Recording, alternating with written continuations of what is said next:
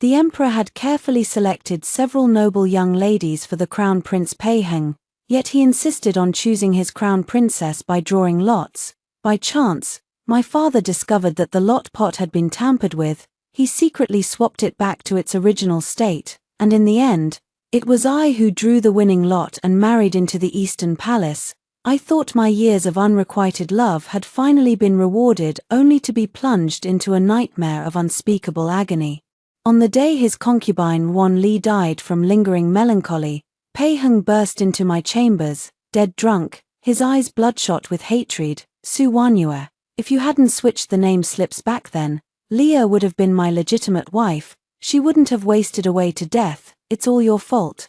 As his icy fingers clamped around my throat, I finally understood. From the moment I'd drawn that lot, my tragic fate had been sealed. When I opened my eyes again, I found myself back on the very day of the lot drawing ceremony to choose the crown princess. I jolted awake, cold sweat soaking my back, my legs nearly buckling beneath me.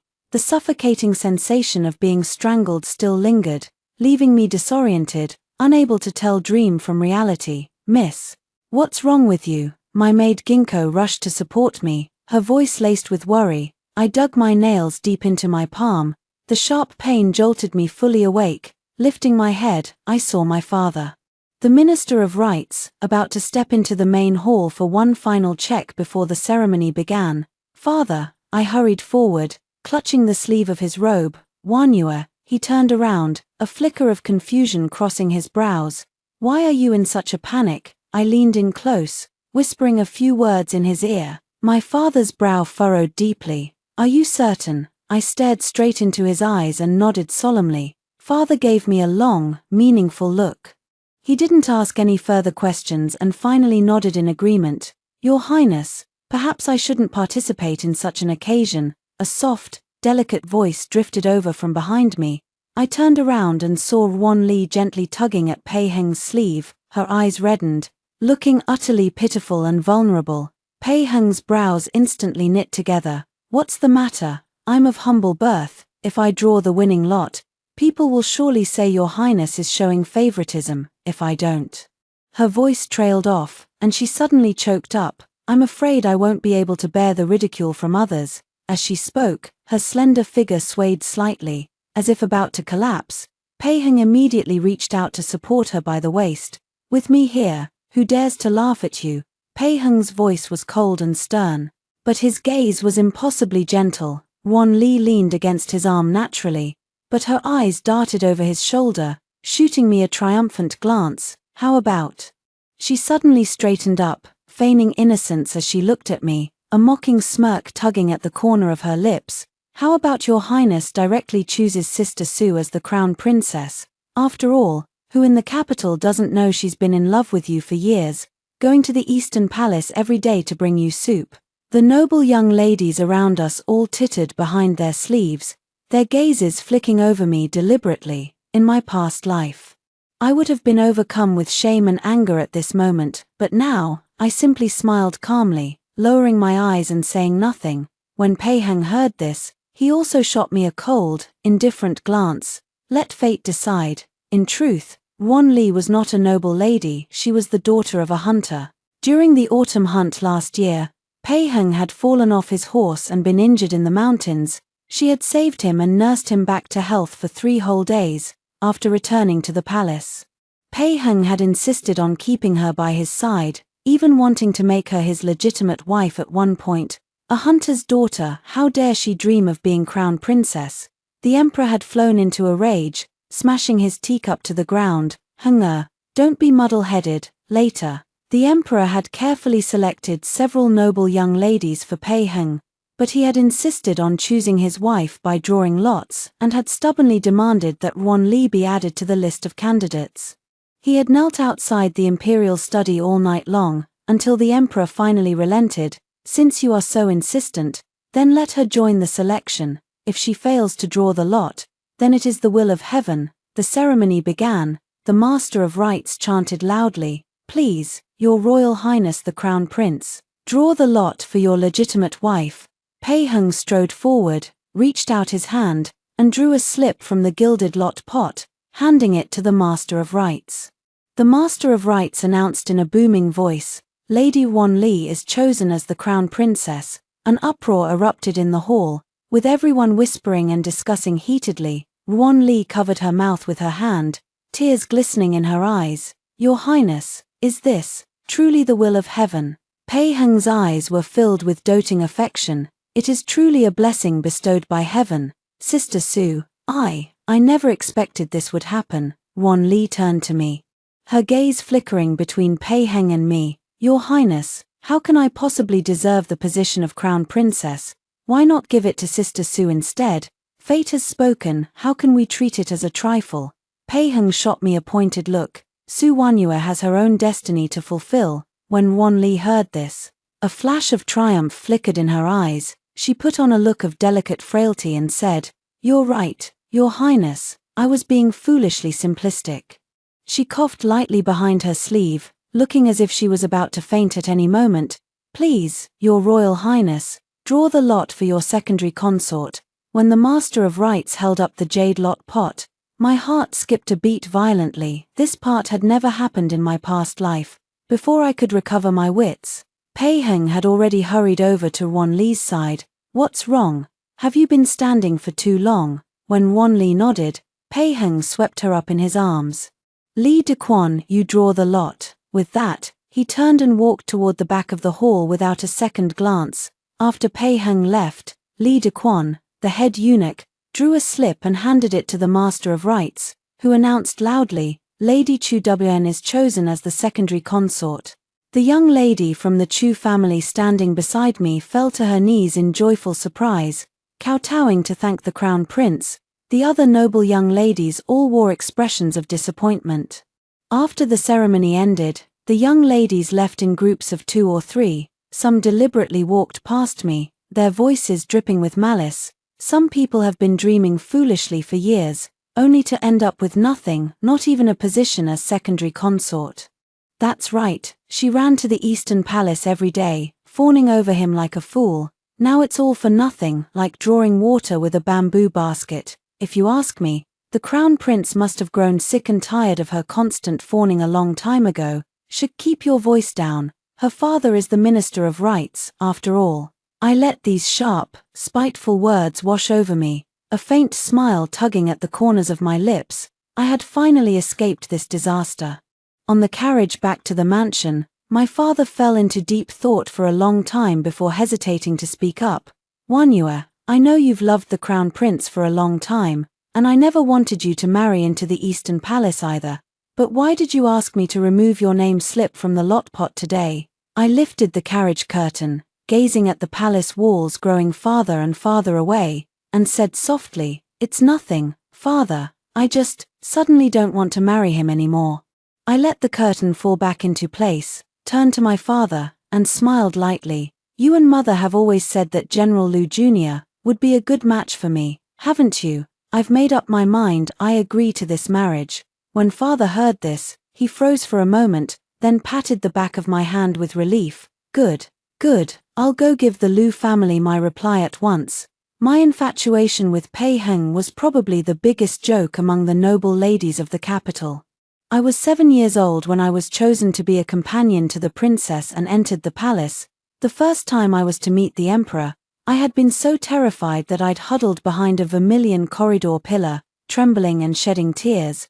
"Why are you crying?" A young boy's voice sounded above me. Pei Heng stood there, backlit by the sunlight, his features as handsome as a painting. "Now that you're in the palace, I'll look after you from now on." With that, he pulled a piece of sweet candy from his sleeve and pressed it into my palm.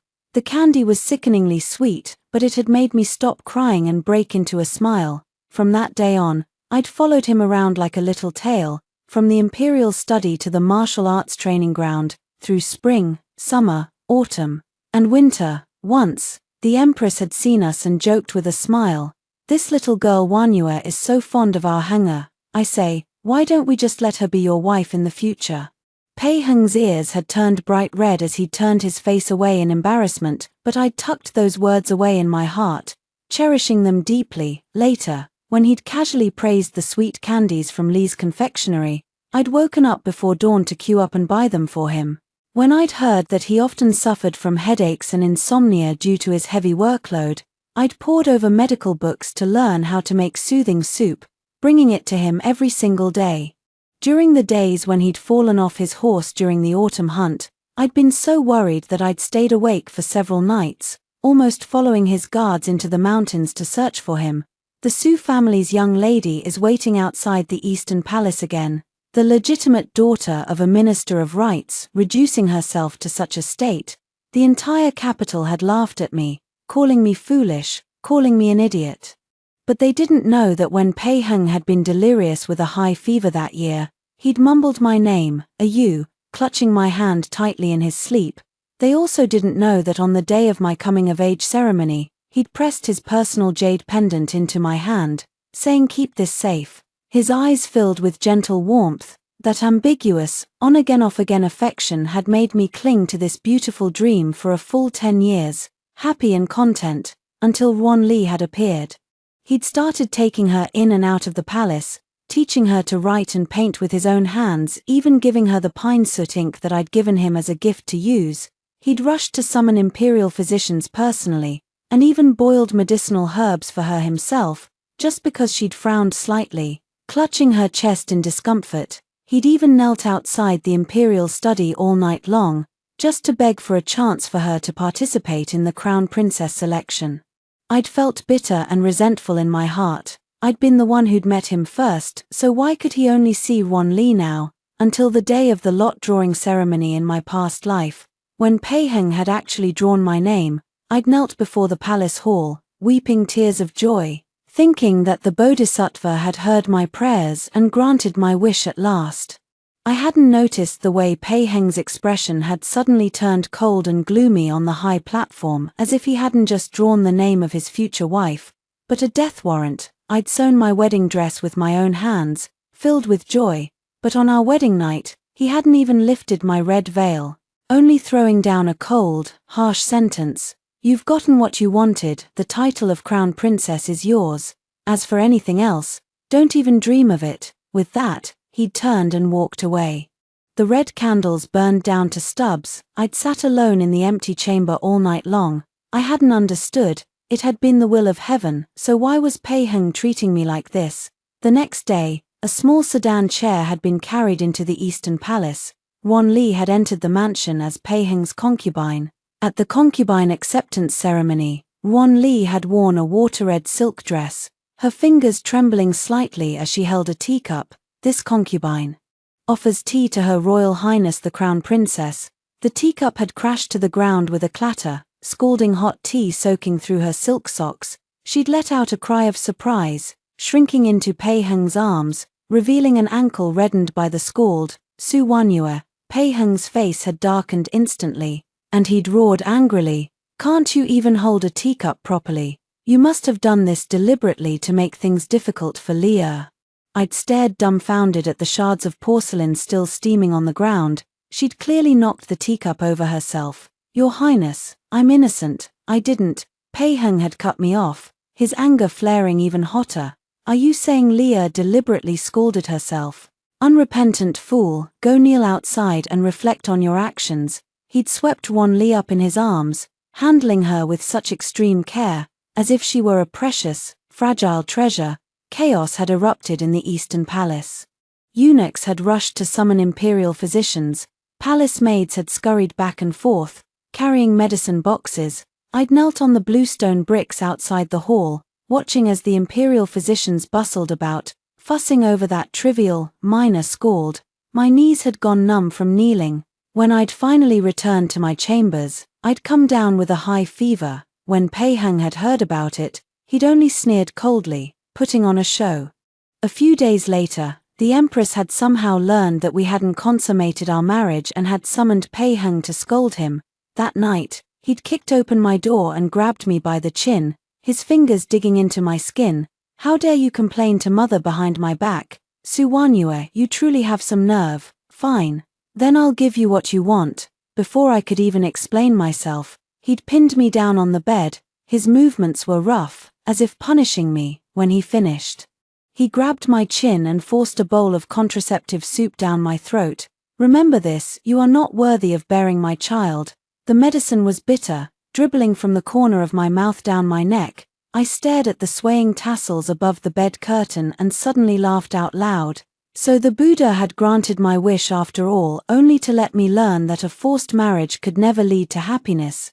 Later, I was banished to the most remote courtyard in the Eastern Palace.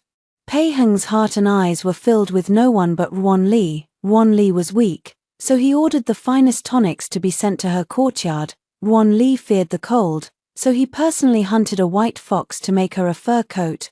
Then, Ruan Li fell ill. The imperial physicians said her illness stemmed from pent-up grief and melancholy, an ailment that had lingered for too long to be cured. Pei Heng stayed by her bedside day and night, his eyes filled with a panic I had never seen before.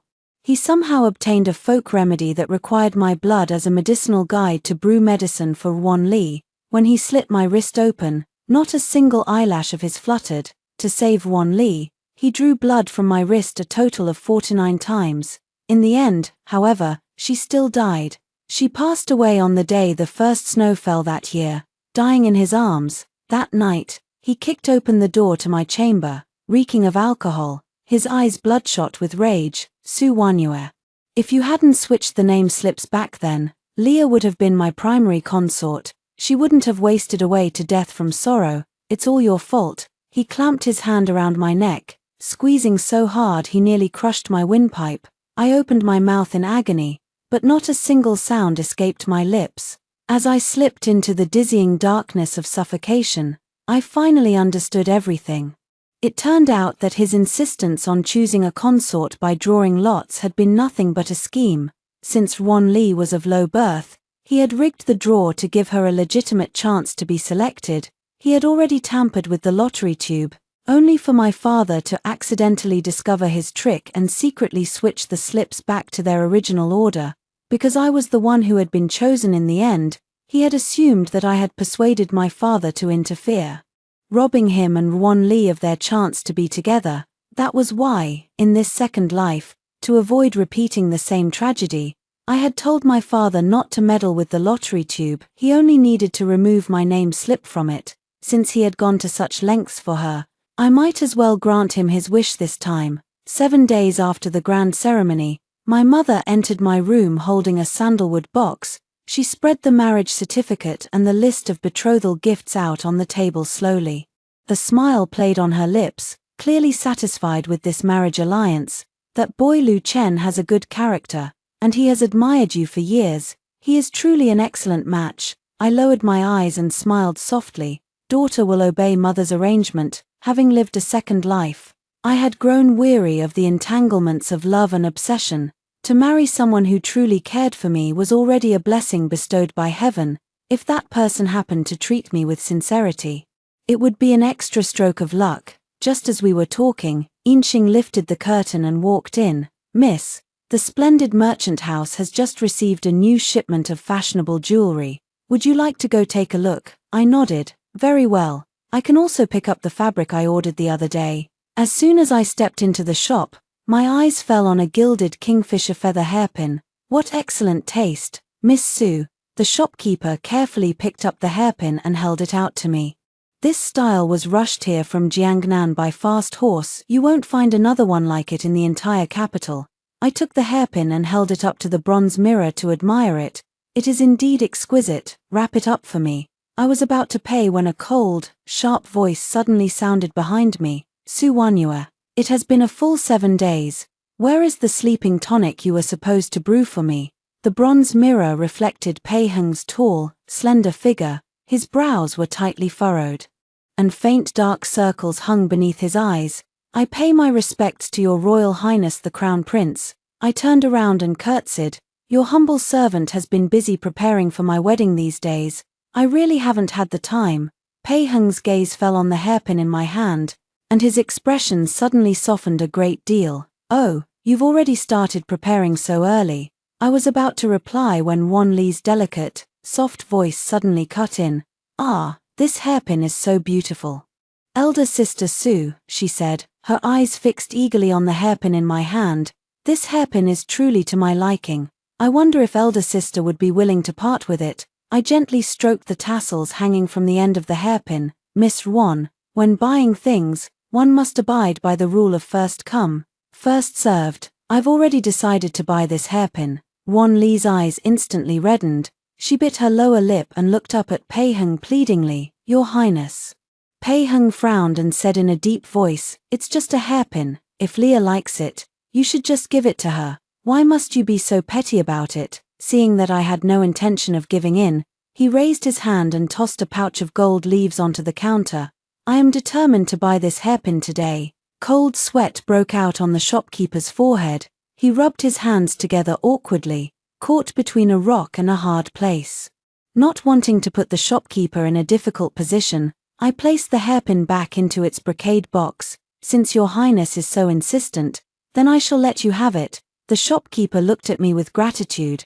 Miss Sue is here to pick up the fabric she ordered the other day, isn't she? He retrieved a bolt of bright red brocade embroidered with golden phoenixes from the cabinet. It's all ready, exactly according to your specifications. My fingertips had barely touched the smooth surface of the silk when Wan Li leaned in again. This red brocade is so beautiful. If it were made into a wedding dress, Miss Wan, why do you always covet what belongs to others? I cut her off coldly. This is the fabric I custom ordered for my wedding dress. I've already paid the deposit. Pei Heng had been standing by the side, watching coldly, but at my words, he suddenly lifted his eyes. His gaze fell on the bolt of bright red brocade embroidered with golden threads. A flicker of surprise crossed his eyes, followed by a look of sudden realization. Su Wanyue, he curled his lips into a faint smile, a hint of amusement glinting in his eyes.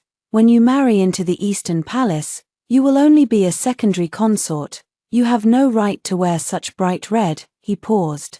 Then added as if granting a great favor, however, if you like it, I will allow you to wear it once at a private banquet in the Eastern Palace in the future. Upon hearing this, Wan Li dug her fingernails sharply into the red brocade, but she did not dare to make a sound. She could only look at Pei Heng with a wronged expression. I'm afraid your Highness has misunderstood. I smiled and stroked the golden phoenix patterns embroidered on the silk.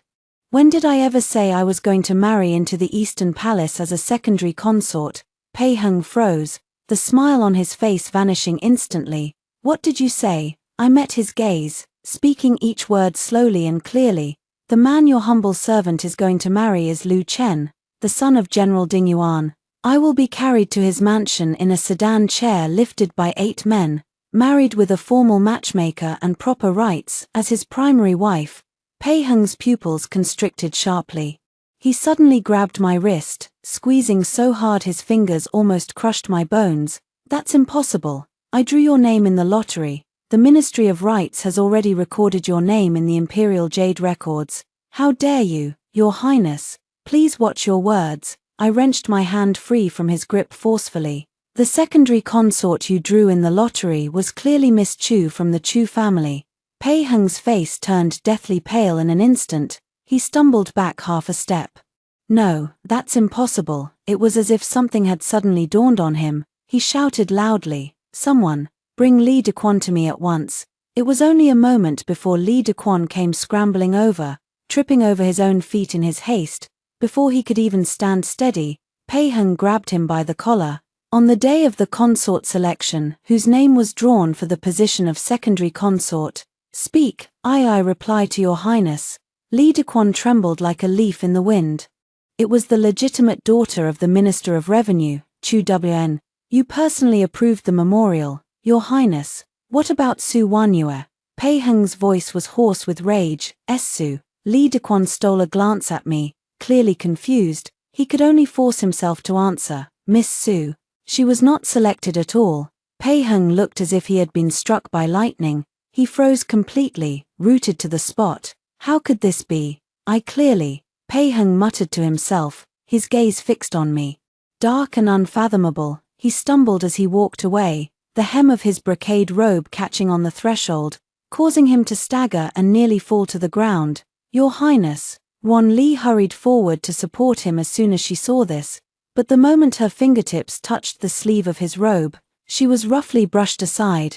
The force was so great that she stumbled back several steps, her back slamming hard against the door of the merchant house with a loud thud. The pain made her eyes redden, but she did not dare to step forward again. She could only clutch her handkerchief tightly and stand rooted to the spot, watching helplessly as Pei Heng walked away without looking back. In her tear-filled apricot eyes, a flash of venomous hatred suddenly flickered. That night, the Eastern Palace was bathed in bright candlelight throughout the night. The palace maids on night duty whispered tremblingly that the crown prince had flown into a violent rage for some unknown reason, smashing every piece of porcelain in the palace to smithereens. Early the next morning, Pei Heng suddenly burst into the Su mansion. His eyes were bloodshot, clearly showing that he had not slept a wink all night. The servants of the mansion did not dare to stop him. They could only watch helplessly as he strode straight into the backyard until he came to a stop right in front of me. Su Wanyue, he was out of breath, as if he had rushed here in a great hurry. I went to see Father Emperor early this morning and obtained an imperial edict allowing me to take one more secondary consort. He lifted his chin slightly, as if this were an immense favor. I intend to take you as my secondary consort, if you like. I can make an exception and allow you to enter the palace wearing bright red. Your Highness is joking. Bright red is the color reserved for a primary wife's wedding ceremony. A secondary consort must never overstep her bounds by wearing it. I curtsied slightly in a gesture of respect. Pei Heng's eyes suddenly lit up. Does this mean, you've agreed? I'm afraid your Highness has misunderstood.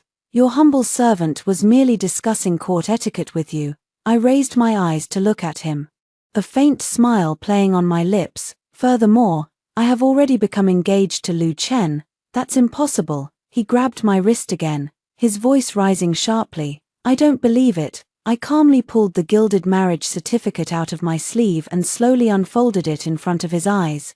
Pei Heng's pupils constricted sharply, his hand holding mine loosened involuntarily. He stumbled back half a step, his face turning paler and paler by the second. How could this be? He muttered to himself, then suddenly snatched the marriage certificate from my hand, flipping it back and forth repeatedly as if he expected to find some trace of forgery. Su Wanyue, he suddenly looked up at me, a flash of panic crossing his eyes, but he quickly regained his usual condescending demeanor.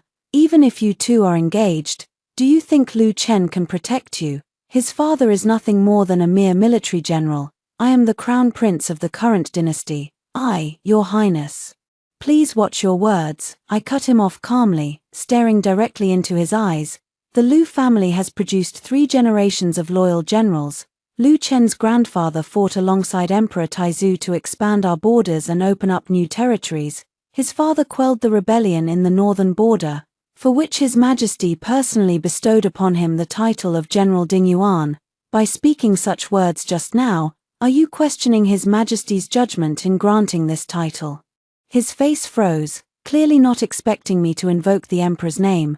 Just as the standoff intensified, my father hurried over. After bowing to Pei Heng, he said in a deep, stern voice, I'm afraid it is inappropriate for your Royal Highness the Crown Prince to break into the residence of a court official like this.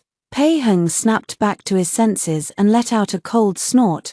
The Minister of Rights certainly has a great deal of authority. Does he intend to reprimand me as well? My father bowed respectfully, neither humble nor arrogant. If your Highness has business to discuss, you can send an official invitation to visit formally. Breaking in like this will only harm your reputation if word gets out. Pei Heng was left speechless, his expression alternating between anger and embarrassment. In the end, he flung his sleeves and stormed off, throwing a final threat over his shoulder as he left. Su Wanyue, you will regret this. Only when he had walked far away did father heave a long sigh. He took out a handful of bamboo slips from a box in his study and handed them to me. Actually, when I went to inspect the lot pots that day, I found that every single slip in the one for selecting the secondary consort bore your name. But your mother and I saw how hard it was for you to finally move on, and we didn't want you to waver again, so we never told you. I took the bamboo slips, my fingertips brushing over the 3 characters Su Wanyue written on them. A sudden chill ran down my spine. I knew that handwriting all too well. It was unmistakably Pei Heng's own. No wonder he had reacted the way he did yesterday. Connecting all the strange things that had happened lately, I could be almost certain Pei Heng had been reborn too. But why? Why did he want to keep me by his side in this life? Wanyue, will you blame us? Father called out, his voice laced with worry. I snapped out of my thoughts, clutched the bamboo slips tightly, and turned toward the tea stove by the window. Don't worry, Father, I won't be foolish ever again. I lifted the stove lid and tossed all the slips inside. The charcoal in the stove blazed fiercely, and the bamboo slips curled and turned black in the flames in an instant. After lunch, Mother suddenly took my hand. Wanyue, accompany me to the General's mansion today, will you? Lady Lu has just gotten some excellent Biluo-chun tea and specially sent an invitation for us to come and taste it. I froze for a moment, then nodded gently. I'd love to go out for a stroll anyway. Mother, I knew full well that this tea tasting was just an excuse to let me see that young General Lu in person. Though they had already arranged this marriage for me, they couldn't bear the thought of me marrying someone I knew nothing about. They always wanted me to see him for myself first, so that I could feel at ease with the match. As soon as we entered the mansion gate, Mother and Lady Lu exchanged a knowing glance and headed straight for the inner hall together, leaving Lu Chen to lead me to the back garden to admire the flowers. I had been mentally preparing myself to handle this awkward matchmaking meeting, but the moment I lifted my eyes, I froze. The young man standing before me wore an indigo silk robe, a white jade pendant hanging from his waist. He was so handsome and upright that he looked like he had stepped straight out of a painting. When he saw me, the tips of his ears turned bright red in an instant. He fumbled awkwardly with his bow of greeting, almost tripping over his own belt. Miss Su, it's an honor to meet you. He stumbled over his words, his eyes fixed firmly on the ground, too shy to look me in the face. I couldn't help but smile, pressing my lips together to hold back my amusement. Young General Lu. There's no need to be nervous, I don't bite. Only then did he lift his head, his clear eyes shining brightly, yet his cheeks were still flushed, making it look as if I had bullied him. Lu Chen and I talked in the garden for a long time, ranging from poetry and songs to the scenery of the borderlands. At first, he stammered over his words, but when the topic turned to military strategy and tactics, which he was good at, his eyes lit up like stars in the night sky. Watching him grow more animated as he spoke, his eyes sparkling with enthusiasm, I couldn't help but smile again. Only then did he belatedly realize his own excitement. His ears turning red once more, he clenched his fist and coughed lightly into his palm, quickly returning to his usual reserved self. From that day on, this young General Lu began to visit the Su mansion every few days without fail. Today, he would bring a box of freshly baked almond cookies. Tomorrow, a few camellia branches still glistening with morning dew. The day after, some exquisitely crafted little trinkets. Even though our engagement had already been settled, he still grew flustered and tongue-tied in my presence, constantly lowering his head to straighten his already neat robe after saying just a few words. Once, Ginkgo couldn't resist teasing him. Young General Lu never comes to our mansion empty-handed, does he? When he heard this, his hand trembled as he held his teacup. Spilling tea onto his robe, he panicked instantly, his ears turning scarlet. He stammered for a long time, then suddenly set the brocade box he was holding on the table and turned to rush out the door. I just remembered I have urgent matters to attend to at the military camp. I opened the brocade box, and inside lay a beautiful hairpin carved from white jade in the shape of a pear blossom. Beneath the hairpin was a piece of colored paper, on which was written neatly in elegant calligraphy, "The pear blossoms in my courtyard are in bloom. They are more beautiful than ever this year." I smiled as I traced the graceful characters with my fingertips, suddenly feeling that these quiet, ordinary days were surprisingly pleasant and charming. Days passed as usual, and the small gifts Lu Chen sent gradually filled my dressing table. That white jade pear blossom hairpin, the straw grasshopper, the colored paper with a little rabbit drawn on it. Each item reminded me of the way his ears would turn red when he handed them to me. One day, I went to the jewelry shop to pick up some newly ordered ornaments. On my way back, I took a shortcut and happened to pass by the side gate of the Eastern Palace's west courtyard. Suddenly, Wan Li's angry, flustered voice drifted out from behind the gate. "Didn't you say this rebirth would be foolproof? Why is Pei Heng so obsessed with Su Wanyue now?" At the word rebirth, I froze in my tracks and crept closer to listen. To my shock, a strange, mechanical voice suddenly echoed in the air. "Warning, favorability towards target Pei Heng continues to decline. Current favorability, 45%. If the mission fails again, the host will be permanently eliminated." Wan Li's voice trembled with fear and frustration. "That's impossible. In my last life, I clearly, last reload consumed all points due to host's failure to achieve the Crown Princess ending. This is the final chance." My heart jolted violently. I took a few quiet steps back and slipped away as silently as I could. On my way back to the mansion, my heart was still pounding wildly. Strategy, mission, favorability, elimination. These bizarre words kept swirling around in my mind, though I couldn't fully understand their meaning. One thing was crystal clear: Wan Li had never truly loved Pei Heng. To her, this relationship had been nothing more than a mission she had to complete. How ridiculous! In my past life, my sincere, wholehearted love had been defeated by such a complete and utter lie.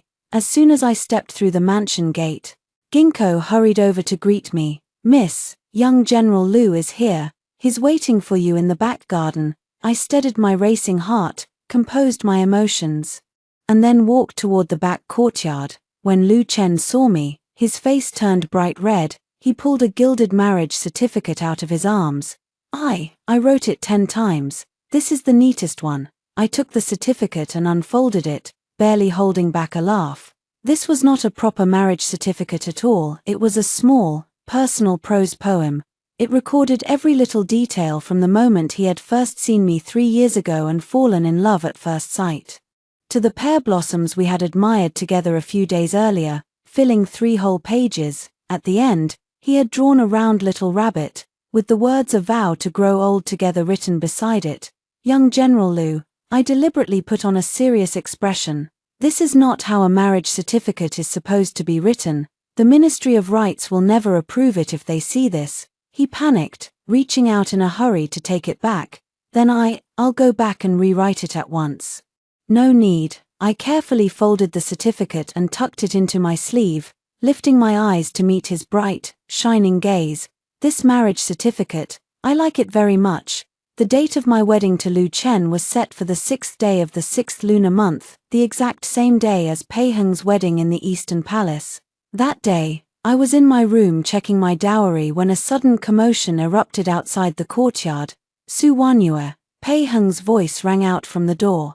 Thick with repressed anger, "Open the door." My fingers froze mid-movement. Before I could even stand up, the door was slammed open. Pei Heng stood in the doorway, reeking of alcohol, his eyes bloodshot with rage. Are you really going to marry that man surnamed Lu?" I took a step back instinctively. "Your Highness is drunk." Pei Heng's eyes lit up with hope. He strode forward in a few steps and grabbed my wrist. You're worried about me, aren't you?" I tried to pull my hand free, but I couldn't. My voice turned cold. "Your Highness, please show some respect." "Respect?" He let out a low, bitter laugh, his eyes swirling with a storm of emotions. "You never used to talk to me like this." "Let her go." Lu Chen's voice cut through the air, clear and steady. He stood in the corridor, his brows furrowed with a sharpness I had never seen in him before. Pei Heng narrowed his eyes, but instead of letting go, he pulled me closer to his chest. "Lu Chen, who do you think you are? Ordering around this crown prince?" Lu Chen's hand rested on the hilt of his sword.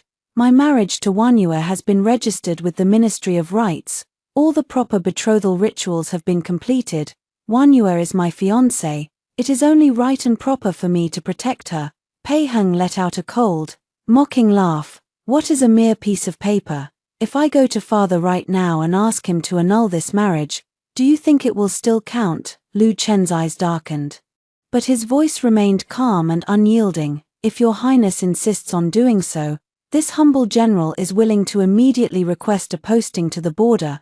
I will trade my military merits for His Majesty's approval of this marriage." His words made it clear. Even if he had to go to the battlefield and stain the desert with his blood, he would protect this marriage at all costs. "Are you threatening me?" Pei Heng roared, his face twisted with fury. What if I am?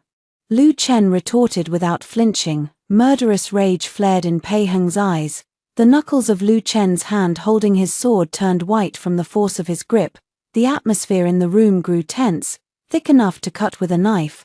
My gaze flickered between the two men. Your Highness, may I speak to you alone for a moment? Pei Heng froze for a second, then finally released my wrist. Lu Chen frowned at me, but I shook my head gently, signaling for him to trust me. He fell silent for a moment, then finally stepped out of the room, leaving only Pei Heng and me behind. The moment the door closed, the anger in Pei Heng's eyes faded a little, replaced by a complex, tangled emotion. What do you want to say? I looked straight into his eyes, my voice steady and clear. Your Highness, do you still remember what you said to me in my past life, when you had your hands around my throat? Pei Heng's entire body went rigid. The drunken haze in his eyes cleared instantly. You said if you hadn't switched the name slips, Leah would have been my legitimate wife. Now, Your Highness, your wedding to Miss Ron is just around the corner. Your wish has finally been granted. What more could you possibly be dissatisfied with? Pei Heng's face grew paler and paler. He stumbled backward, his eyes wide with shock. You also? Yes, I stared directly into his eyes, my voice unwavering. I was reborn too, that is why. In this second chance at life, I refused to repeat the same mistakes again. Shock, remorse, and finally a look of almost unbearable agony flickered across Pei Heng's face. I don't know why, every time I get close to Wan Li, it feels like there's an invisible force controlling my thoughts. I can't control myself at all. That night I was drunk. I don't know what came over me. It was like I was possessed by something. I never meant to kill you. After you died, I regretted it for so long. I kept vigil by your spirit tablet for 7 whole days. That day, I got drunk, and when I opened my eyes again, I was back on the day of the lot drawing ceremony. Do you know how happy I was? I begged Father specially to let me choose a secondary consort as well. I filled that lot pot with nothing but your name slips. I don't know where it all went wrong, he rambled on, his words tumbling out faster and faster, his voice growing softer and softer as if he were explaining himself. Or perhaps confessing his sins. Finally, he took a step forward, grabbing my hand almost pleadingly. These past few days I've thought a lot. I've finally understood. I realized that even though I was grateful to Wan Li for saving my life, the person who has always been in my heart is you. Please give me another chance. I want to make it up to you. If you'll just agree, I'll go to Father right now and annul Wan Li's position. I'll make you my legitimate wife, when I ascend the throne. You will be my empress, the most honored woman in the entire kingdom. Your Highness, I have already died once. I pulled my hand free from his grasp, my fingertips gently brushing over my wrist, the same wrist he had sliced open to drain my blood in my past life. Some things can never be made up for, and some mistakes can never be undone, no matter how hard you try to atone for them. Pei Heng stood frozen in place, the light in his eyes dimming little by little until they were completely empty. Finally, he turned around in utter defeat, stumbled out of the room, and disappeared. Outside the door, Lu Chen still stood quietly in the corridor. When he saw me come out, he rushed forward in a single stride, grabbed my shoulders with both hands and looked me up and down anxiously. Wanyue, are you hurt anywhere? I shook my head, only to suddenly notice that his palms were completely soaked with sweat. I'm fine. I patted the back of his hand, comforting him softly. It's all over now. On the day of our grand wedding, a 10-li stretch of the main street was carpeted with red silk. I was dressed in a bright red wedding gown, the golden threaded phoenix embroidered on it shimmering brilliantly in the sunlight. The wedding sedan chair was halfway to its destination when a commotion suddenly erupted ahead. Are you? Pei Heng came galloping on horseback, dressed in a crimson wedding robe, with bloodshot eyes. He reined in his horse in front of the sedan chair, leaped down in one fluid motion, and blocked the path directly. Are you? Come out and see me. Lu Chen immediately pulled on the reins, drawing his sword and placing himself between Pei Heng and the sedan chair. Your Highness is supposed to be welcoming your bride at the Eastern Palace on your wedding day. What are you doing here?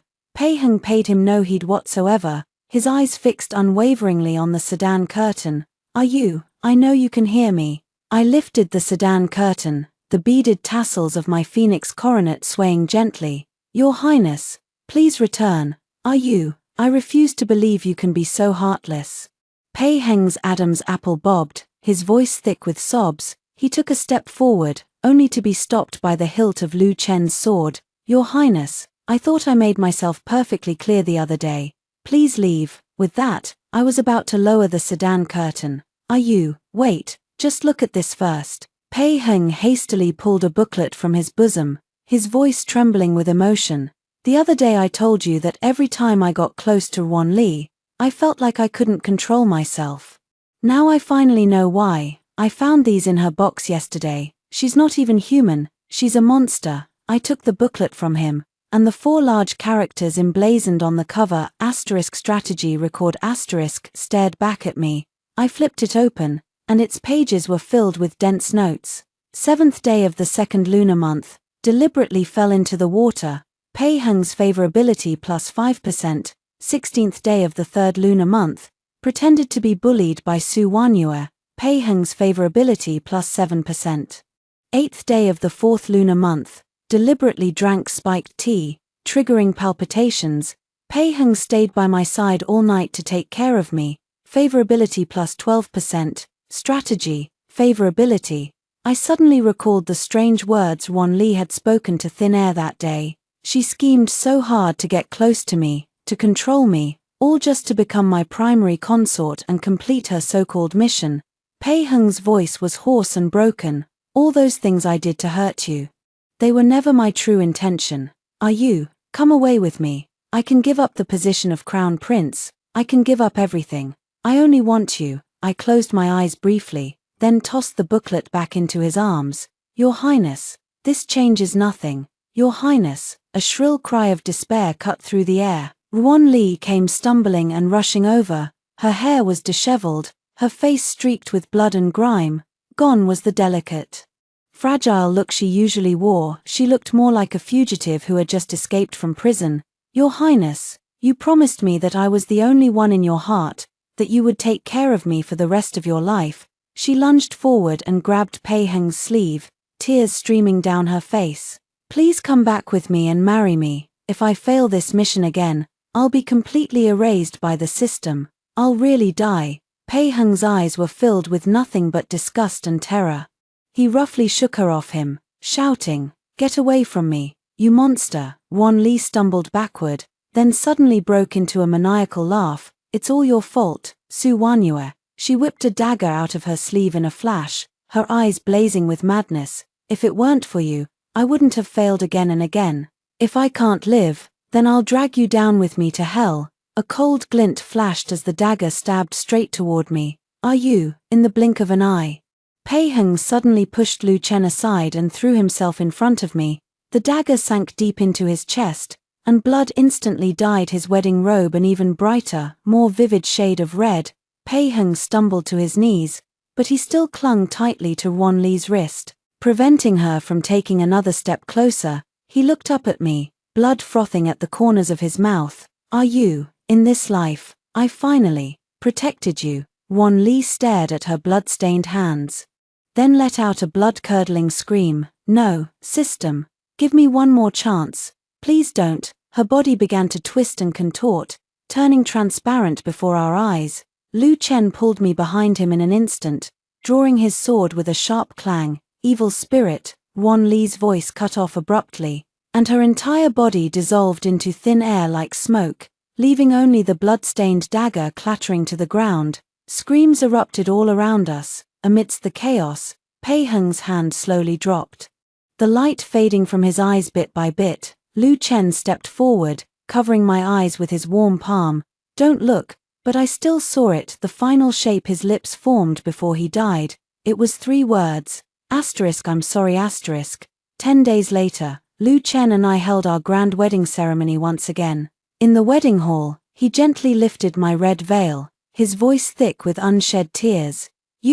I've finally married you." I raised my head, meeting his glistening eyes, and brushed the slightly reddened corners of his eyes with my fingertips. "Silly man." Later, We spent our lives in deep love, growing old together, blessed with a house full of children and grandchildren.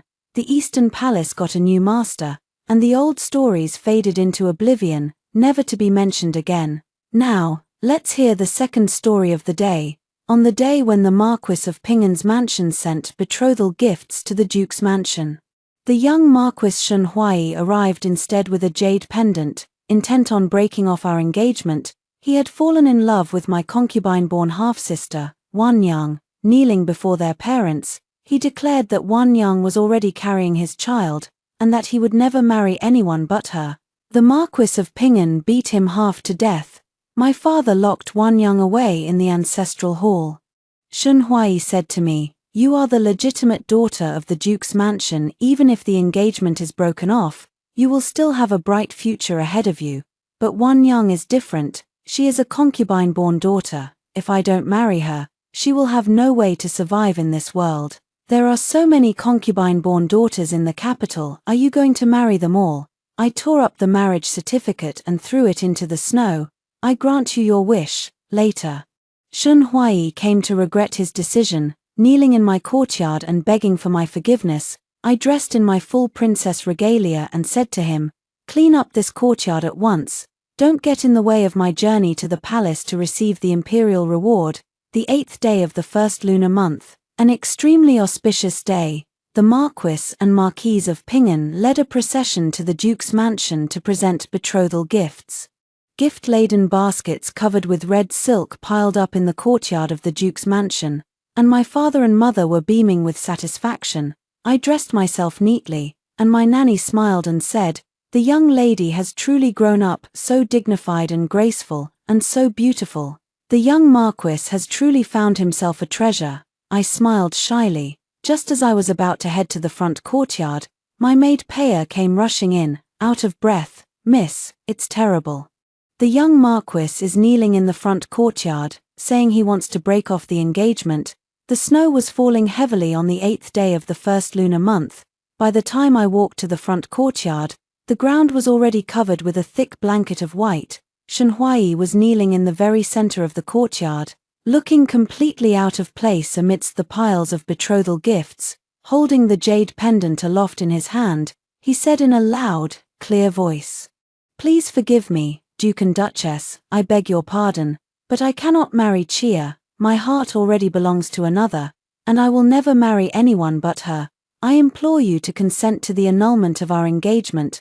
My father and mother sat in the main hall, their faces ashen with anger. The Marquis of Pingen flew into a rage, smashing his teacup to the ground. "You unfilial wretch! Do you know what day it is today, and you dare to say you want to break off the engagement? You have another woman in your heart. You and Chia have been betrothed since childhood, and now you suddenly claim you love someone else. Have you completely lost your mind?" The Marquise of Pingen covered her face with a handkerchief and burst into tears, clutching my mother's hand and apologizing profusely. "It's all my fault for failing to teach my son properly. I had no idea this scoundrel would dare to say such a thing today. Once the Marquis gets to the bottom of this, we will definitely give the Duke's mansion a proper explanation." Shenhuai remained completely unflustered, saying firmly, "Father, I simply cannot betray her. She has no one else to turn to but me. Please, father and mother, grant us your blessing." The Marquis of Pingen had been a military man for many years. He drew the whip he always carried with him and lashed it across Shenhuai's back. Blood soon began to seep through Shenhuai's clothes. A delicate, frail figure came running out from the backyard, throwing herself into Shenhuai's arms. "Why are you being so foolish? If something happens to you, what will I do?" "Wanyang." Shenhuai hugged her tightly. "Wanyang, why did you come out? I told you I would break off the engagement and marry you. I will never betray you. Who are ye? Even if I die today, it will all be worth it." The two star-crossed lovers clung tightly to each other, as if they were defying the entire world. The woman Shenhuai had fallen in love with turned out to be my concubine-born half-sister. Everyone was completely stunned. My mother stood up, pointing at Wanyang with trembling fingers. "Do you have any idea that the young Marquis was supposed to be your legitimate elder sister's future husband? How dare you? How could you possibly dare to do this?" Wanyang sobbed uncontrollably. Shen Huai held her in his arms and looked at my mother, saying earnestly, "Auntie, Wanyang and I are truly in love, unlike Chia, who excels at everything: poetry, music, calligraphy, painting. Unlike Chia, who is so elegant and poised in every way, like a perfect porcelain doll, Wanyang is the one who truly cares about me, who asks after my well-being. She is not just a cold, distant noble lady, she is the one who gives me everything I need. In my heart, I have long regarded Wanyang as my wife." After all, the two families were already planning to form an alliance through marriage. Changing the bride from the elder sister to the younger sister makes no difference at all.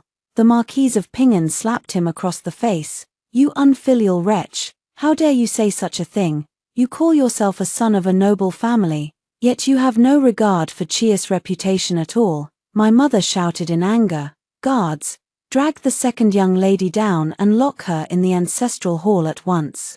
"I will never agree to this." Shen Huai threw his arms around Wanyang protectively. "Auntie, Wanyang is already carrying my child. I have no choice but to marry her."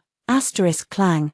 The pot of cymbidium orchids I was holding slipped from my hands and crashed to the ground. All eyes turned to me. This pot of cymbidium orchids had been a gift to me on my 15th birthday. After all these years of careful tending, it had finally produced flower buds, but now it lay shattered on the ground, broken into pieces, just like my engagement to him. Shen Huai looked at me with a guilty expression. "Sister Chia," but then he suddenly straightened his back, his voice firm. "Sister Chia, even though we have been betrothed since childhood, my feelings for you have always been nothing more than those between an elder brother and a younger sister. Now that we are about to get married, I cannot allow this to happen any longer. Sister, please agree to break off this engagement.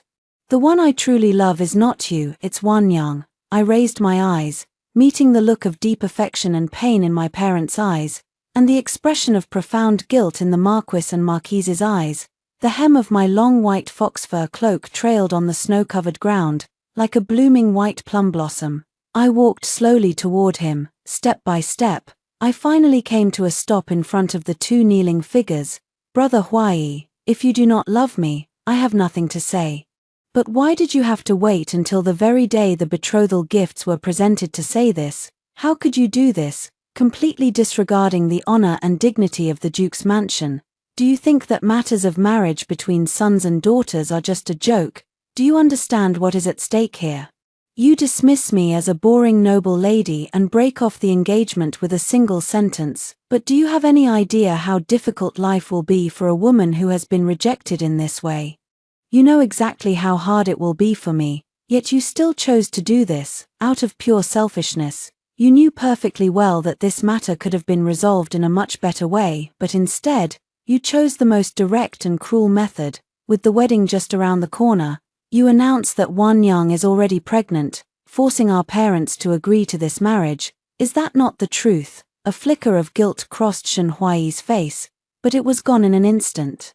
He looked up at me, his eyes filled with conviction. "Sister Chia, you are the legitimate daughter of the Duke's mansion. Even if the engagement is broken off, you will still have a bright future ahead of you. But Wanyang is different. She is a concubine-born daughter. If I don't marry her, she will have no way to survive in this world." Wanyang knelt on the ground, clutching the hem of my cloak tightly. "Elder sister, I'm so sorry. It's all my fault. If you want to beat me or kill me, please direct all your anger at me. I know my status is lowly, and that the young Marquis is far beyond my reach, but when I first saw him, it was like seeing a god. He is so kind, so good to me, I couldn't help but fall in love with him. I had no choice. Elder sister, I beg you, please forgive us." I wrenched the hem of my cloak free from her grasp. Taking a step back, I pulled the marriage certificate out of my pouch, tore it to shreds, and threw the pieces at Shen Huai's feet. "A man like you is not worthy of my hand in marriage. From this day forward, your life is yours, and mine is mine. We shall have nothing more to do with each other." Shen Huai was punched so hard by my father that he spat out a mouthful of blood.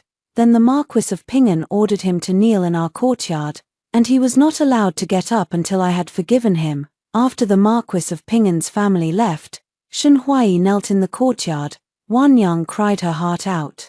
insisting on kneeling with him. When it came to matters in the inner quarters, no one knew them better than the women of the household. For Wanyang to pull off such a scheme, she could not have done it alone, and in this duke's mansion, there was only one person who would help her, Mistress Yu, Wanyang's birth mother.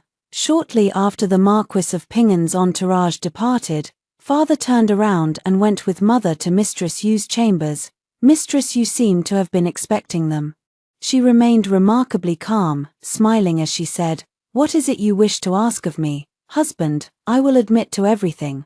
But tell me, what sin have I committed? I have only done what any mother should do. A mother must plan far ahead for her child's future. Besides me, who else would truly look out for Wanyang's interests?" Mother flew into a rage. "From the day Wanyang was born, have I ever wronged her in the least when it came to food, clothing, or other provisions?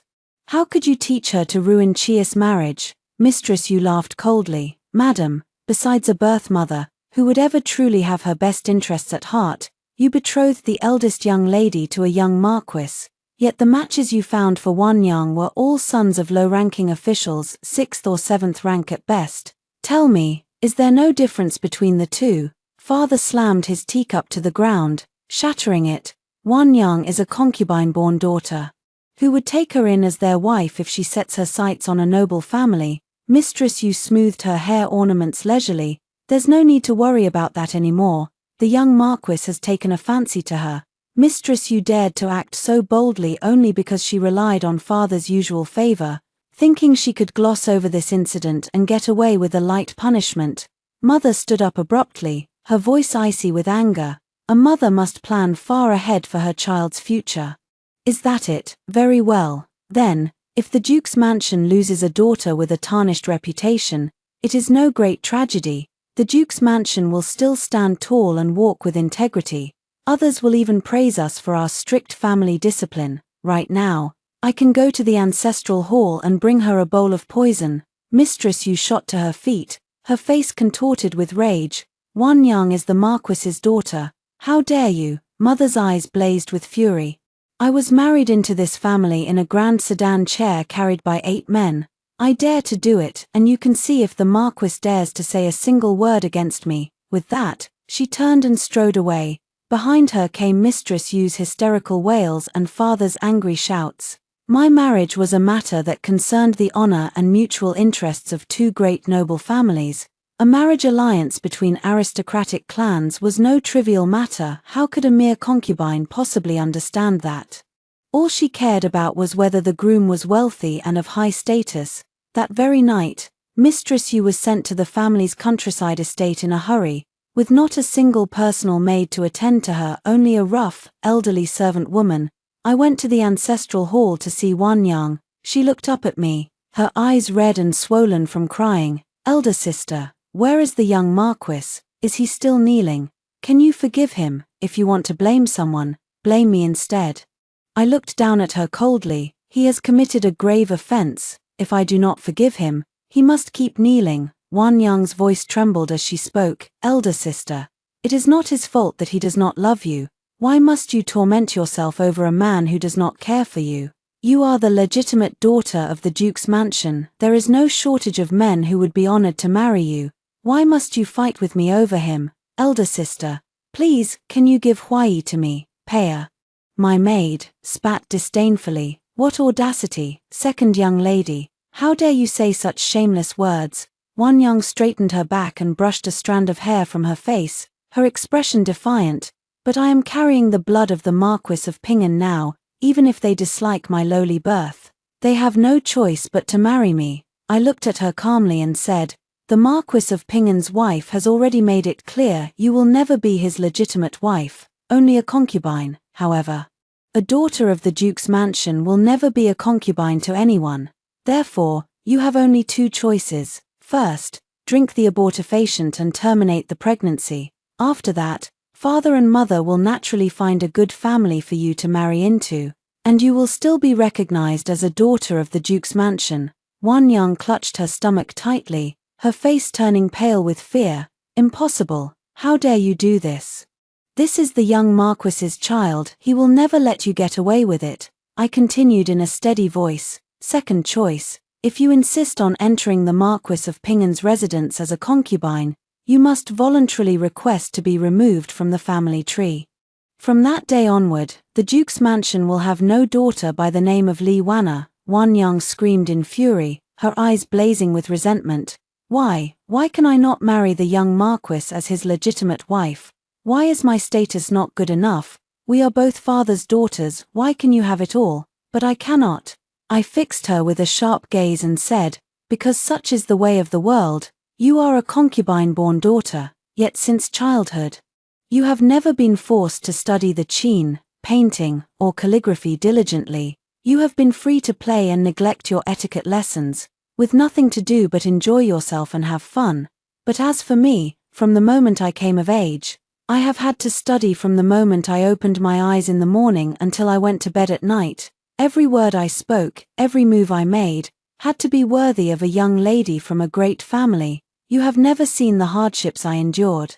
All you ever saw were my beautiful clothes and expensive jewelry. You never witnessed the painstaking efforts I put into my studies, or the heavy responsibility I bear for the family's marriage alliance. In your eyes, the only thing that matters is love and romance, but in the face of the glory and honor of our family, those things are utterly meaningless. Mother hated Wan Yang deeply for what she had done. She gave father two choices, either remove Wan Yang from the family tree, or give her the abortifacient. Father went to the ancestral hall to see Wan Yang. When he emerged, his face was ashen with despair. A servant who had been guarding the ancestral hall quietly told Peya that Wan Yang had sworn that she would rather die than give up on marrying the young Marquis. In the end, father's heart turned cold and hard. The next day, the Duke's mansion held a ceremony in the ancestral hall, and Li Wanna's name was officially and completely struck from the Li family's genealogy. That night, a plain, unadorned pink sedan chair was carried out through the side gate of the Duke's mansion and quietly entered the residence of the Marquis of Pingen. News of my broken engagement quickly spread throughout the capital. Everyone was talking about how the young Marquis, whom all the noble young ladies in the capital were vying to marry, had rejected the legitimate daughter of the Duke's mansion in favor of her concubine-born half-sister.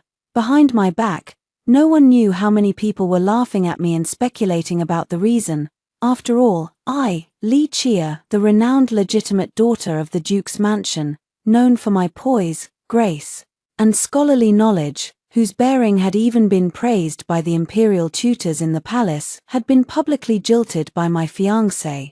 But the very next day, another piece of news spread like wildfire through the capital. Wan Yang had been disowned by the Duke's mansion, and the Marquis of Pingen had only taken her in as a concubine, not a legitimate wife. On the third day after Wan Yang was carried into the Marquis of Pingen's residence as a concubine, she actually dared to come to the Duke's mansion with Shen Huai to perform the traditional 3-day post-wedding visit to her parents' home. But as soon as they stepped down from their carriage, they were stopped by the servants at the main gate.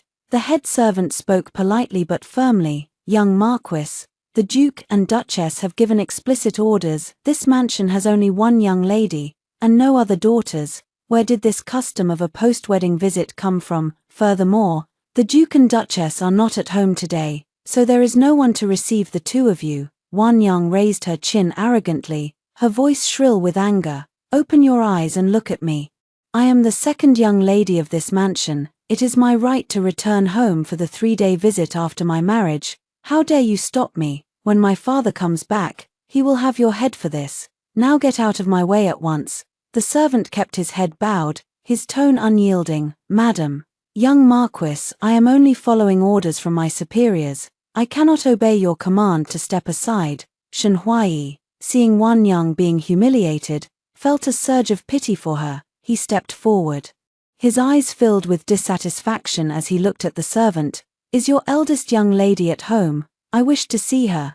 The servant let out a cold laugh and replied, "Oh, I'm sorry, but in the absence of the master and mistress of the house, our eldest young lady does not receive any male visitors from outside the family." Wan Yang let out a shriek of anger. "But she is my elder sister. Why can't I see her?" With that, she pushed the servant aside roughly and tried to force her way into the mansion only to be stopped by my voice. "Stop right there. I stepped out from inside the gate, my gaze cold and sharp as I looked at her. I fixed her with a piercing stare and said, "Tell me, what place is this, and who are you, to dare to trespass into the residence of the Duke of this realm?" When Wanyang saw me, she quickly composed herself and rushed forward, her eyes welling up with tears. "Elder sister, Huai and I have come today to pay our respects to father and mother on our 3-day post-wedding visit." I glanced at the two of them disdainfully and said, "Li Wana, on the day you were disowned by the family, you swore that you would have no further ties with the Duke's mansion for the rest of your life. It seems you have already forgotten that. Let me remind you once more, you are no longer a member of this family. If you wish to visit here in the future, you must first send a formal invitation. Do you not understand even this basic rule of etiquette, or does the young Marquis not understand it either?" Wanyang's eyes filled with tears as she fell to her knees in front of the mansion gate, her voice trembling with sobs. "Elder sister, why must you make things so difficult for me? I only want to see father." "Elder sister, are you still angry with me for taking Huai away from you? If you are still angry, then you can beat me. Scold me, I will not resist in the least. Please, elder sister, just let me see father, I beg you." As she knelt there weeping, the passers-by on the street all stopped to watch the spectacle, whispering among themselves. Shen Huai rushed forward to help Wanyang up, his face dark with anger as he glared at me. "It was I who fell in love with Wana. I was the one who pursued her first, and I was the one who broke off the engagement with you. The fault lies entirely with me. If you are angry, direct your anger at me. Why must you torment a weak, helpless woman like Wana?" My nanny stepped forward from the side, positioning herself protectively in front of me. Her voice was cold and cutting as she said, "Young Marquis, has your kneeling punishment not been long enough for you to forget the great wrong you have committed? Or has this madam forgotten her own status as a mere concubine?" Wanyang threw herself to the ground, sobbing uncontrollably. "Nanny, you are elder sister's wet nurse. Please, speak a word for me. Help me get into the mansion to see father. I only want to fulfill my filial duty as a daughter." My nanny looked down at her with disgust and said, "If you had even an ounce of filial piety left in you, you would not be kneeling here at the gate of the Duke's mansion, disgracing our family name in front of the entire city. Young Marquis, have you no shame? Are you trying to trample the Duke's mansion's honor into the dirt?" This was turning into a farce, but I had no desire to stay and play my part in front of all these onlookers. I turned my face away and ordered the head servant, "Go to the residence of the Marquis of Ping'an at once and ask his wife this question. Why is her son parading around the capital with his concubine, coming to the Duke's mansion to humiliate us and insult our family's dignity? Does she wish to declare enmity between our two families?" Then I turned to the servants and said in a clear, firm voice, "Close the main gate. If anyone dares to force their way in, report them to the authorities at once, treat them as vagrants trespassing on private property, and drive them out with force. If any trouble arises, I will take full responsibility and answer to the authorities myself."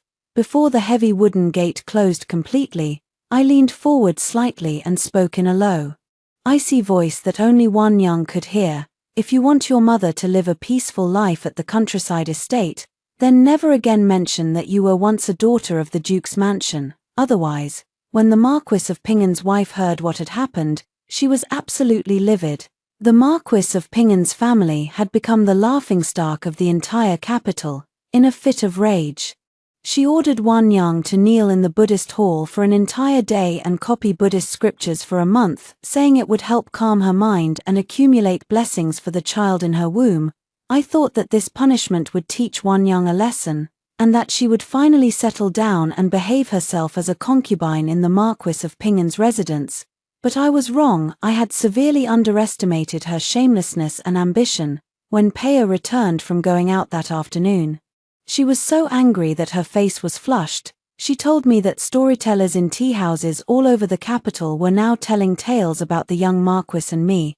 Although they did not use our real names, anyone who heard the stories would immediately know that they were about me. In the storytellers' tales, I was portrayed as a cruel, scheming legitimate daughter of a noble family, a woman who had mistreated her innocent kind-hearted concubine-born half-sister and faked her affection for her fiancé, the young Marquis. The tales even hinted that I had been carrying on secret liaisons with other men behind the young Marquis's back. Meanwhile, Wan Yang was depicted as a poor, virtuous, and beautiful young woman who had fallen in love with the young Marquis at first sight. Together, they had overcome countless obstacles and triumphed over the evil legitimate daughter. With the young Marquis finally breaking off his engagement and marrying his true love, the poor, wronged concubine-born daughter, the story was told in such a vivid and touching way that every day, a steady stream of young ladies and noble wives flocked to the tea-house to listen. Some were so captivated that they came back to hear it over and over again. A little inquiry was all it took for everyone to put two and two together and figure out who the characters in the story really were. Yet instead of condemning them, everyone rushed to sympathize with Wan Yang and the young Marquis. Paya went to listen to the story once and came back absolutely furious, tears streaming down her face as she told me what she had heard. I ordered my men to secretly investigate the matter. I had always known that Wan Yang hated me, but I never imagined that Shen Huai was helping her behind the scenes. My father was so enraged that he grabbed his sword, vowing to go and kill Shen Huai. I quickly stopped him. In matters like this, since they did not name us directly, how can we be foolish enough to go and admit it ourselves? My mother nodded in agreement. For this kind of insult, we must repay it in kind. Chia, what do you plan to do? Of course I intended to get my revenge. After all, even though I was just a young lady, I had an excellent memory for grudges. I took out a banknote worth 1,000 taels of silver and hired a traveling opera troupe. I had them write a new opera script overnight and rehearse it at once. The very next day, the capital's largest theatre, Lichuan Garden, premiered a new play titled *A Beauty's Fall from Grace*. The play told the story of a concubine-born daughter from an aristocratic family who was consumed by jealousy of her legitimate elder sister, jealous of her beauty, jealous of her talents, jealous of everything she had. The concubine-born daughter schemed to seduce her elder sister's fiancé, using her wiles to charm him until he was completely infatuated with her. She soon became pregnant with his child, and he, blinded by his obsession, cast aside the friendship between their two families and all sense of decency, breaking off his engagement with the legitimate daughter to be with the concubine-born woman, vowing to spend the rest of his life with her. In the end, however, thanks to the concubine-born daughter's endless scheming and constant troublemaking, she lost her child. After marrying the young man, their lives descended into chaos, and she finally reaped what she had sown. Every new play staged at Lichuan Garden was a sellout, and this one was no exception. The play struck a deep chord in the hearts of every legitimate wife in the capital. Many saw their own struggles reflected in it, and they all gnashed their teeth in anger, hating the concubine-born daughter in the play with a passion. Within days of the play's premiere, it was the talk of the town. Any noble lady or wife who had not seen it had nothing to talk about with others. It was at this moment that Shen Huai came to my door. He stood in the courtyard, staring at me with a face full of rage. Chia, I never thought you would be such a cruel person. How dare you hire an opera troupe to stage such a slanderous play? Are you trying to drive Wan Yang to her death? I shot back at him without hesitation. When you and Wan Yang had the storyteller spin your little tale, did you ever stop to think about my situation? Did you care whether I lived or died? Shen Huai's face turned red with embarrassment. Wan Yang is just a child at heart. She didn't know any better, it was just a joke. But you are a well-bred noble lady, always so sensible, so graceful and dignified. Why are you being so petty about this? Do you know that Wan Yang is pregnant? When she heard about the play, she cried all day long and had a miscarriage scare. Go apologize to her, and we can put this whole ugly business behind us. I looked at him as if he were an idiot. What kind of nonsense was this? Their scheming to ruin my reputation was just childishness, but my retaliation was petty, and I was supposed to apologize to them. Before I could even open my mouth to retort, my father walked over and heard Shen Huai's words. He flew into a rage. Young Marquis, our Duke's mansion is not honored enough to receive a guest like you. Do not bother to visit us again in the future, leave at once. He ordered his servants to throw Shen Huai out of the mansion. Shenhuai was thrown out of the front gate in utter disgrace. He shouted loudly from outside, "Duke, how can you be so biased? Wanyang is having a miscarriage scare right now. Do you not feel the slightest bit of pity for your own daughter?" No sooner had he finished speaking than a basin of foot-washing water was poured over his head, soaking him to the skin.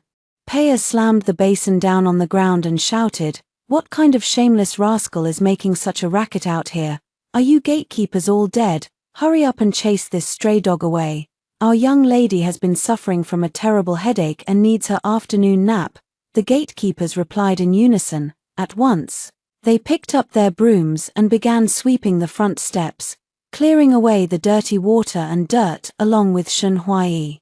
The story of the young Marquis of Ping'an and his concubine spread throughout the capital like wildfire, becoming a household topic of gossip within a month. Once again, the Marquise of Ping'an demonstrated her extraordinary skills as the matriarch of a noble family. She wasted no time in arranging a new marriage for Shenhuai to the eldest daughter of the great general's mansion, a young lady who had practiced martial arts since childhood, who could mount a horse and fight the barbarians as easily as she could sit by a window and embroider flowers. Shenhuai was unwilling to agree to the marriage, but the Marquise of Ping'an only said to him, "If you refuse this marriage, then take your concubine and get out of my Marquis's mansion at once.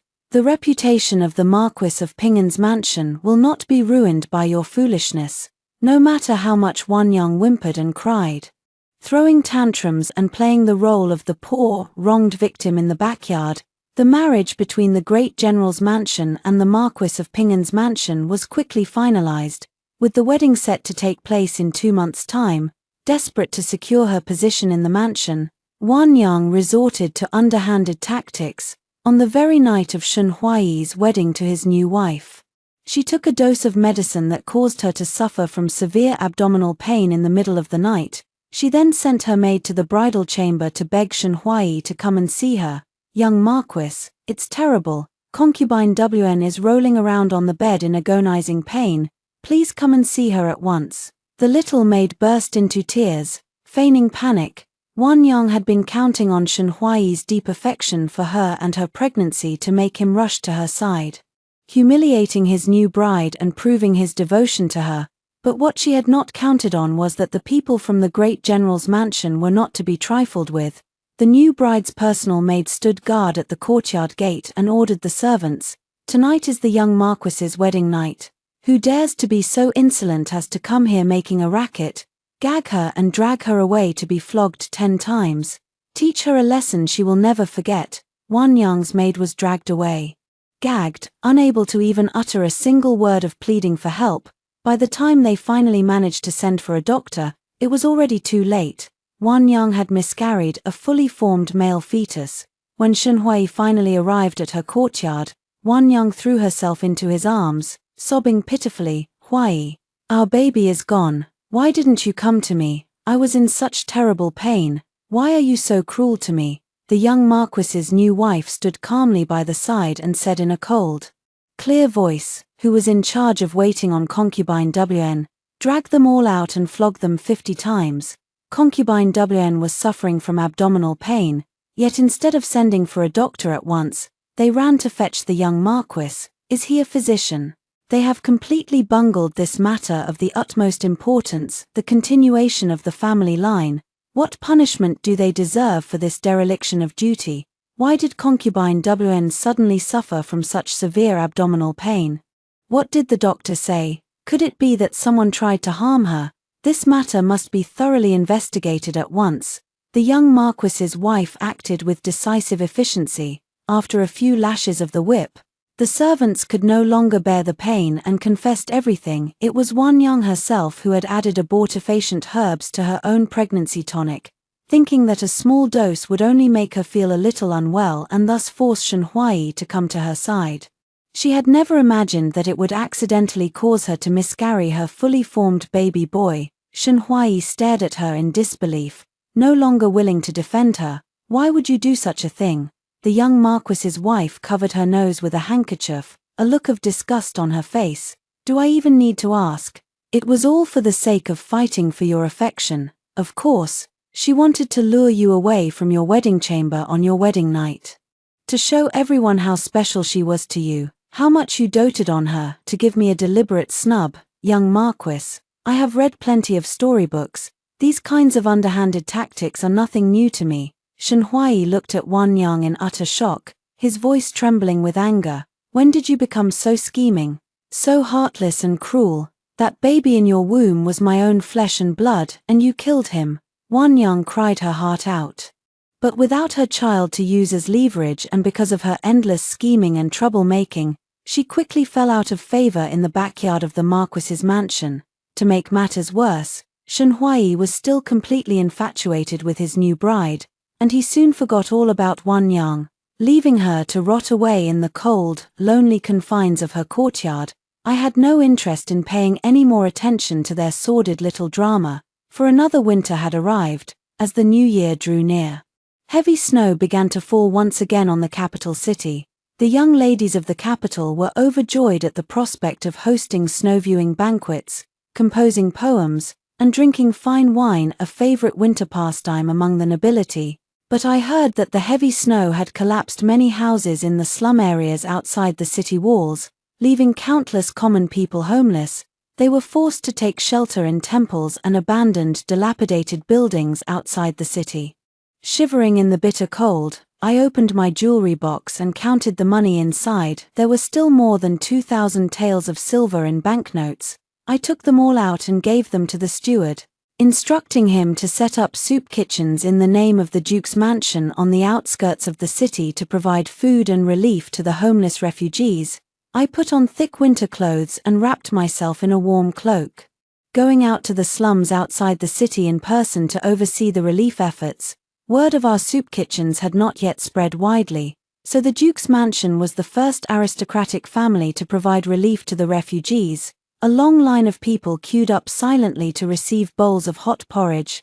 Many of the elderly and children were dressed in thin cotton-padded jackets that offered little protection against the bitter wind and snow. Tears streamed down my face at the sight of their suffering. When I returned to the Duke's mansion, I immediately began sending out invitations to all the noble ladies I knew in the capital. I took out all my own jewelry and organized a charity sale, informing them that all the money raised would be used to buy warm cotton-padded clothes and quilts for the homeless refugees. Although these noble ladies were used to a life of luxury and indulgence, they all had kind hearts. Together, they donated several thousand taels of silver.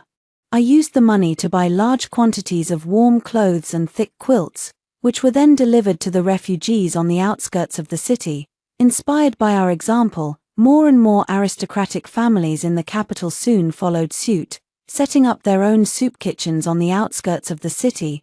Gradually, the situation began to improve. Even the Marquis of Pingan's mansion set up a soup kitchen, and to my surprise, it was Wan Yang who was put in charge of it.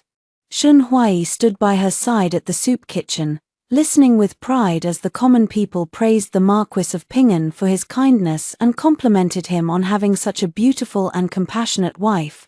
It seemed that Wan Yang had managed to win back Shen Huai's favor and had once again established herself as a force to be reckoned with in the backyard of the Marquis's mansion, so much so that she was even allowed to represent the family in this public act of charity. Wan Yang raised her head proudly, a broad smile on her face. The golden hairpin in her hair glittered brightly in the sunlight as she basked in the praise of the crowd.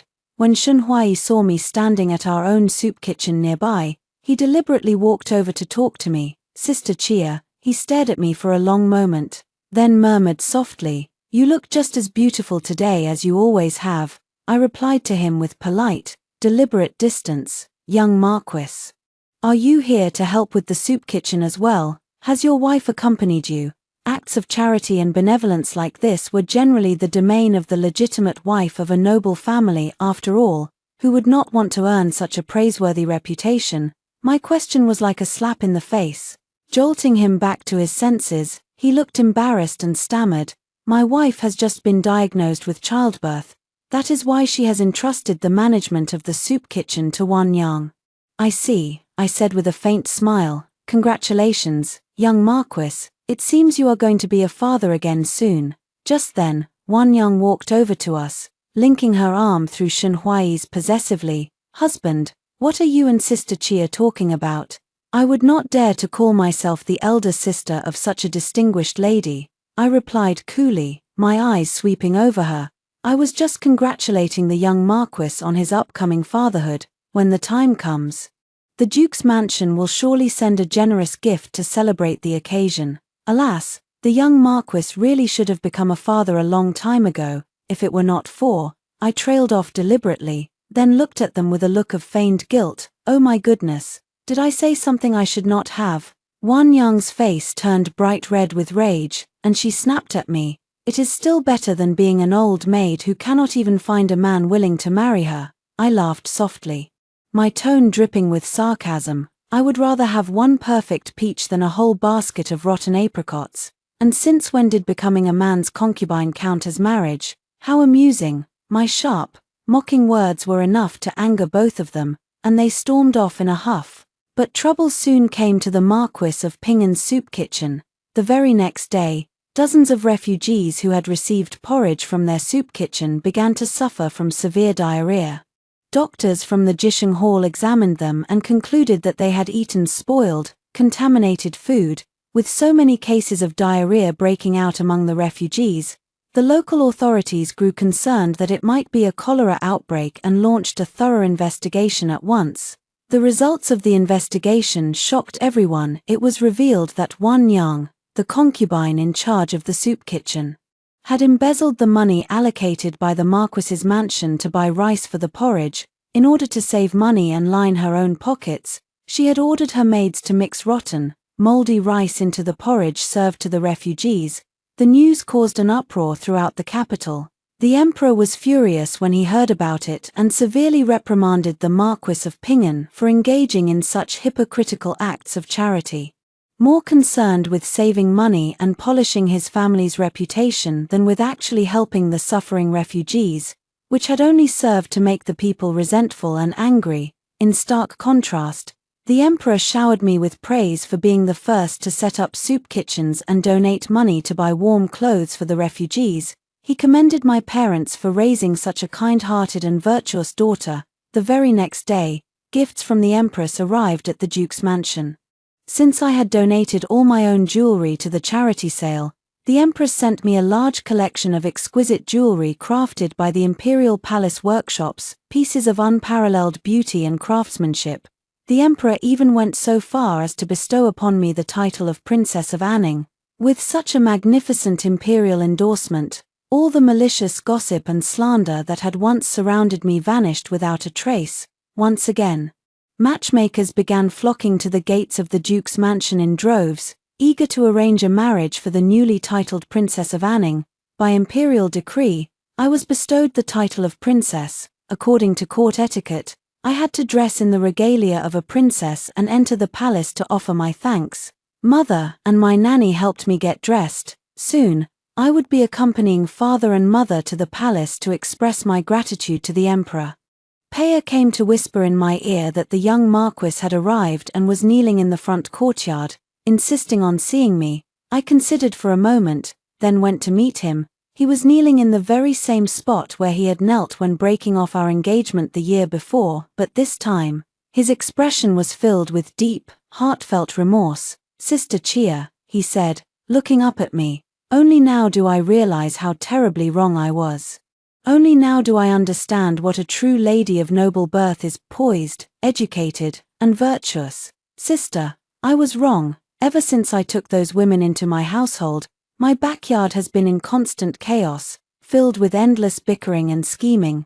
The Marquis of Pingan's residence has become a place of utter disorder.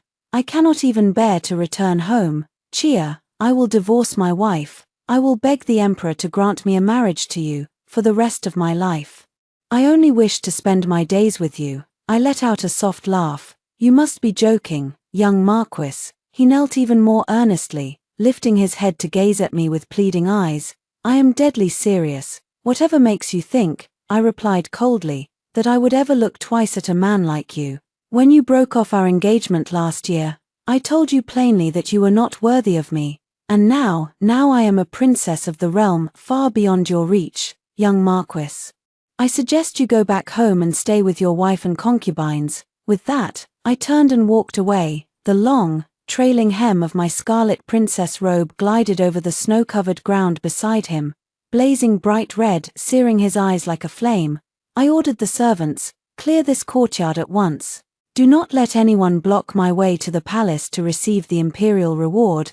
The snow was falling heavily, but I loved it, for my future, like the world blanketed in fresh snow, was clean and bright. The first time I laid eyes on Wanna was in the small garden of the Duke's mansion. When she saw me, she looked like a frightened fawn, her eyes wide and innocent.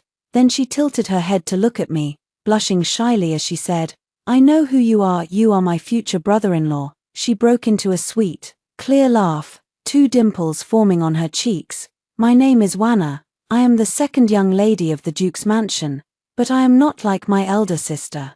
I am a concubine-born daughter." Her voice trembled slightly as she spoke. I had never met a woman so lively and carefree before. All the noble ladies I knew were like Chia, smiling without showing their teeth, moving with quiet composure, skilled at brewing exquisite tea, painting stunning landscapes, and playing melodious music on the chin, yet they all seemed cut from the same mold, dull and tedious. I began to frequent the Duke's mansion. After paying my respects to Sister Chia, I would go to play by the lake in the back garden, where I always ran into Wanna. She loved to laugh, loved to chase butterflies, and loved to listen to me tell stories about the outside world. She would always say, her eyes shining with longing, "Brother Huai, I so want to go out and see the world." I brought her all sorts of trinkets, each one making her laugh with delight. The day her kite accidentally landed in my arms, my heart fell for her completely. I held her in my embrace and kissed her, promising her that I would take responsibility for her.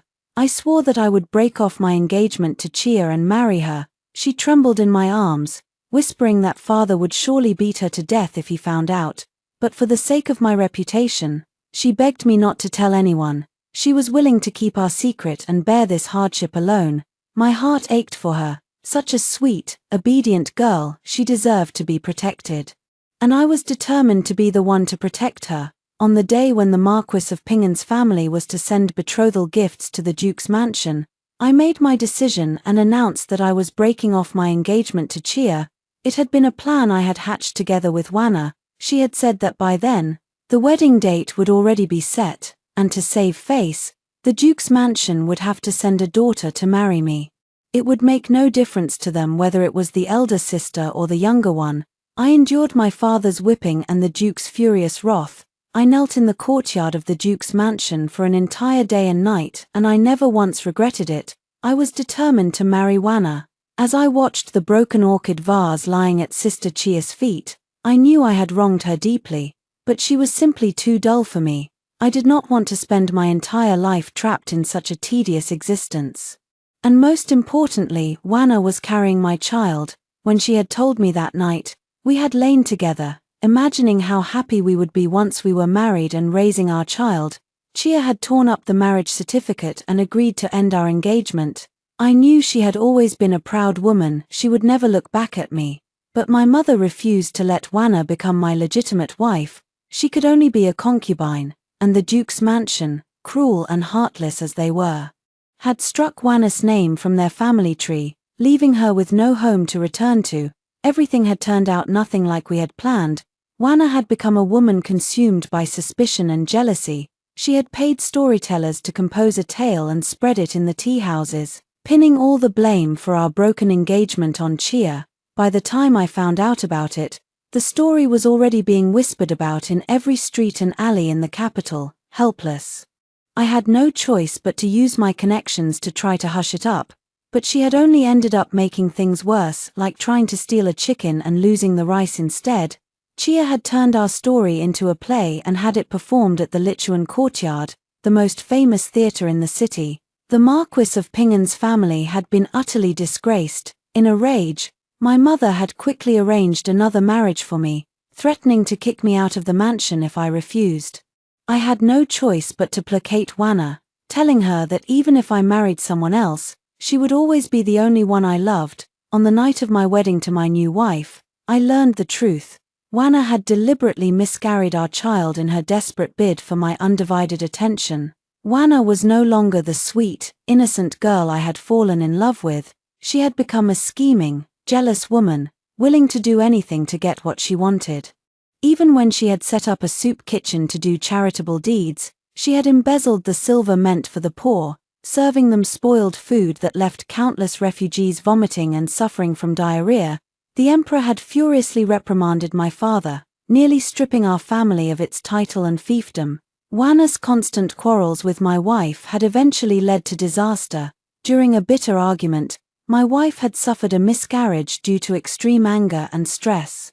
My mother had been so enraged that she had fainted on the spot. I was consumed by a deep, unshakable regret. I knelt before Sister Chia, begging her to forgive me, and there she stood, beautiful, radiant, dressed in the magnificent regalia of a princess. She looked down at me with eyes that held not a trace of pity. "Young Marquis," she said, her voice cold and clear, "it is too late. You are not worthy of me." She was right. I was not worthy of her. She now had a bright, promising future ahead of her. She had always been confident and self-assured. I alone had been blind and foolish, too blinded by my own stupidity to see the truth. From that day onward, I would never be worthy of her again.